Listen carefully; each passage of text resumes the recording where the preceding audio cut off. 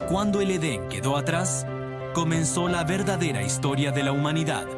Relatos Bíblicos Vivos, capítulo 3. Más allá del paraíso. Bienvenidos a Relatos Bíblicos Vivos. Aquí seguimos la Biblia palabra por palabra, capítulo por capítulo, para reconstruir su historia completa como si la estuviéramos viviendo. En este tercer capítulo retomamos la historia exactamente donde la dejamos. Adán y Eva caminan lejos del Edén, del resplandor que una vez fue su hogar, para enfrentarse a un mundo duro, desconocido, pero también lleno de propósito. Cuando la espada flamígera se encendió a las puertas del Edén, Adán y Eva sintieron por primera vez el peso real de la separación. El paraíso quedaba atrás, vibrante y perfecto, protegido ahora por un querubín cuya presencia brillaba como un sol impenetrable. Ellos, desnudos de gloria, cubiertos apenas por hojas y por la vergüenza del conocimiento, avanzaron hacia un mundo que nunca habían pisado. Cada paso era un recordatorio de su caída, pero también el comienzo de una historia que marcaría a toda la humanidad. El aire fuera del jardín era distinto, más pesado, más áspero. Ya no había armonía absoluta. La tierra parecía exigir esfuerzo, y los sonidos del viento entre los árboles tenían un matiz desconocido, casi inquietante. Adán respiró profundamente, intentando asimilar su nueva realidad, mientras Eva sostenía su vientre, sintiendo un temor que era nuevo en la creación, el miedo a lo desconocido. Detrás de ellos, el Edén brillaba como un recuerdo inalcanzable. Aún así, Dios no los dejó desamparados. Aunque habían sido expulsados, seguían siendo obra de sus manos. El Señor mismo les había dado túnicas de piel, un símbolo tanto de su cuidado como del sacrificio necesario para cubrir ahora la desnudez que el pecado había revelado.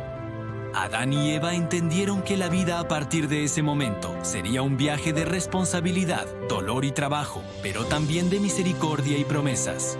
Comenzaron a construir su primera morada. No era un jardín perfecto, pero levantaron un refugio sencillo entre árboles y rocas. Cada día despertaban con la sensación de pérdida, pero también con la certeza de que debían sobrevivir y llenar la tierra como Dios había ordenado antes de la caída. Y así aprendieron los ritmos del nuevo mundo, la dureza de la tierra, el sabor del sudor, el frío de la noche y la alegría humilde de ver los primeros frutos de su esfuerzo. En medio de esa lucha diaria nació Caín, el primogénito.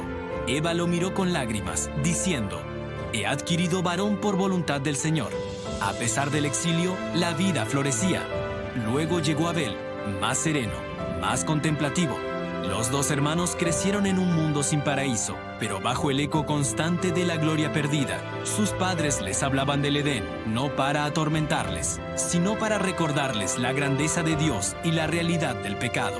Aquellas historias influirían para siempre sus corazones. Adán enseñó a Caín a trabajar la tierra, ararla y entender su dureza. Caín aprendía rápido, pero veía cada piedra, cada espino, como una maldición personal. El sudor constante le recordaba que la tierra ya no respondía como había sido diseñada en el principio. Para él, era un peso que se acumulaba en el alma. Abel, por otro lado, encontró su lugar entre los rebaños. Las ovejas le seguían con una docilidad natural, y el joven pastor descubría, en los amaneceres y en los sonidos suaves del campo, destellos de la paz que sus padres describían del Edén. Cuando llegó el tiempo de presentar ofrendas al Señor, cada uno llevó lo que había cultivado con sus manos. Caín ofreció los frutos de la tierra, Abel los primogénitos de su rebaño, lo mejor y lo más vivo. La mirada divina se posó con favor sobre Abel y su ofrenda, pero no sobre la de Caín.